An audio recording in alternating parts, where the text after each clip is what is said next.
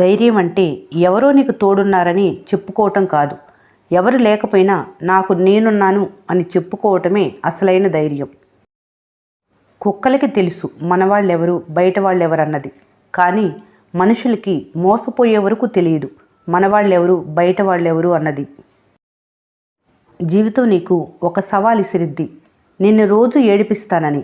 నువ్వు కూడా దానికి ఛాలెంజ్ చేయాలి. జీవితంలో వచ్చే ప్రతి కష్టాన్ని ఆనందంగా ఎదిరిస్తా అని.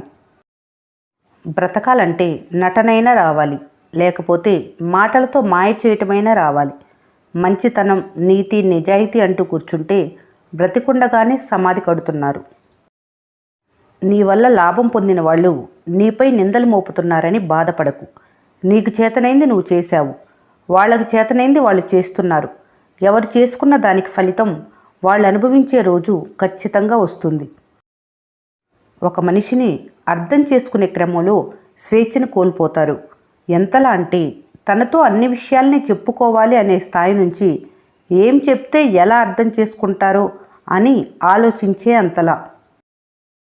రేపటి కోసం కష్టపడుతున్నాం, రేపటి కోసం దాచుకుంటున్నాం, రేపటి కోసం ఖర్చు పెట్టుకుంటున్నాం. అన్నీ రేపటి కోసం అయితే అసలు రేపంటూ నువ్వు ఉండకపోతే? అందుకే ఈ క్షణం విలువైనది.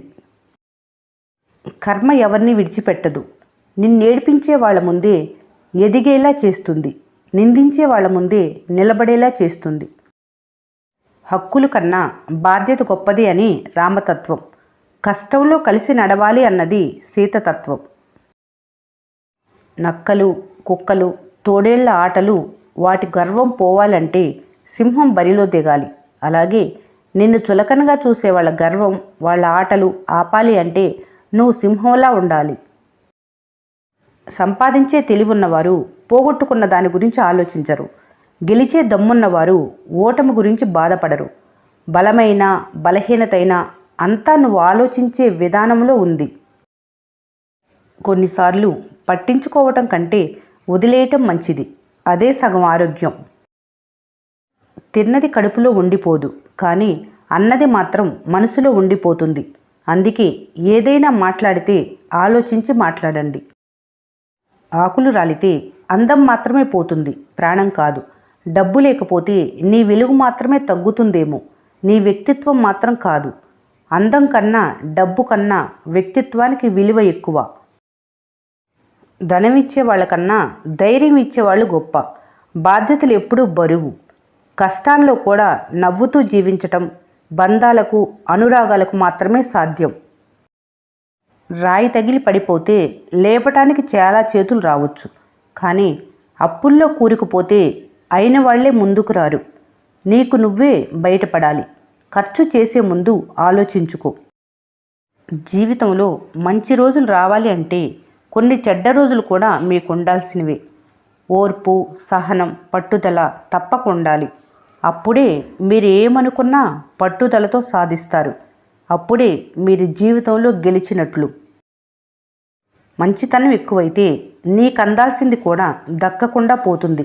పైగా ఇతరులు నీ సహాయంతో లాభపడుతూ నీపైనే పెత్తనం చెలాయిస్తారు. ప్రతి కన్నీటి బొట్టు వెనుక ఒక కథ ఉంటుంది. దానిని ఎలా తొడవాలో చెప్పేదే మానవత్వం. సమయం కంటే విలువైనది సృష్టిలో లేదు. ప్రతి క్షణాన్ని వినియోగించుకోవాలి. నిజం కూడా ప్రతిరోజు ప్రచారంలో ఉండాలి.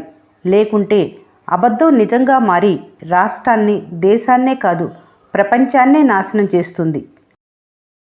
నేర్చుకోవటం, ఓర్చుకోవటం నీకు అలవాటైతే నీ గెలుపును అడ్డుకోగలిగేవారే ఉండరు. రేపు బాగుంటుందిలే అనే ఆశతో కొన్నాళ్ళు, రేపైనా బాగుంటుందిలే అనే ఆశతో ఇంకొన్నాళ్ళు నవ్వుతూ నెట్టుకొస్తున్న జీవితాలు ఎన్నో మీ చుట్టూ. ఉన్నతంగా ఎదగాలనుకున్నప్పుడు చిన్న చిన్న అవాంతరాలు ఎదురవటం సహజం. ప్రతి అడ్డంకుని మెట్టుగా చేసుకొని ఎదిగినప్పుడే పెట్టుకున్న లక్ష్యాన్ని చేరుకోగలరు. జీవితం ఓ అందం, అనుభవించు. జీవితం ఓ వాగ్దానం, నెరవేర్చు. జీవితం ఓ అవకాశం, సమర్థవంతంగా నిర్వర్తించు. కష్టం వస్తే తీర్చగలరేమో కానీ బాధ కలిగితే ఓదార్చలేరు. నియమిత ఆహారం, ప్రశాంతమైన మనసు, సానుకూల ఆలోచనలు, ఈ 3 ఉంటే చాలు, ఏ వైద్యుడు అవసరం లేదు.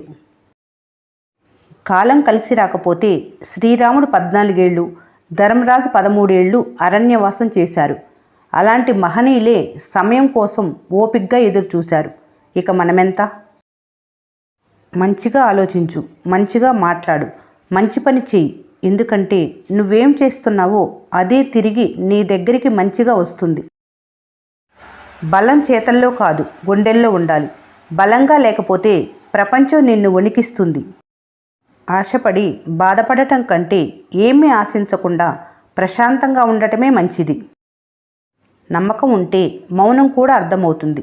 నమ్మకం లేకుంటే ప్రతి మాట అపార్థమే అవుతుంది.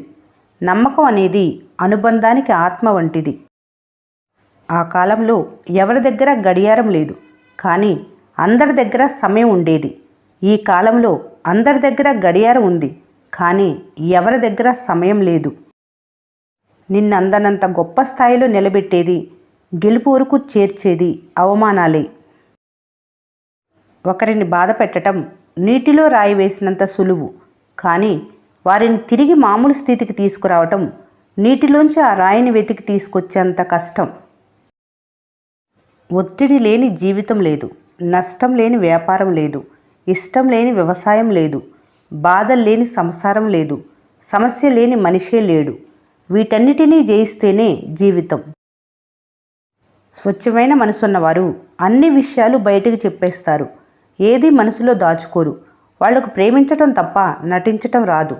వాళ్ళ కోపం క్షణకాలమే, ప్రేమ మాత్రం జీవితకాలం. సముద్ర గర్భంలో విలువైన రత్నాలున్నాయని అందులో తిరిగే చేపలకు తెలియదు. అలాగే మీ చుట్టూ ఉండేవారికి మీరు దూరం అయ్యే వరకు మీ విలువేంటో తెలియదు. ఓపిక పట్టు, కష్టం కూడా ఒకరోజు కనికరిస్తుంది. నీకు ఇష్టమైనవన్నీ నీ దగ్గరికి చేరుస్తుంది.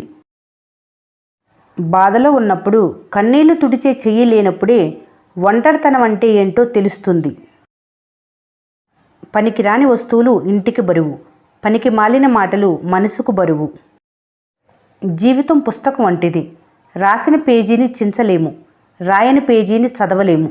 అందుకే ఏ రోజుకు ఆ రోజు ప్రతి పేజీని అందంగా రాసుకోవాలి.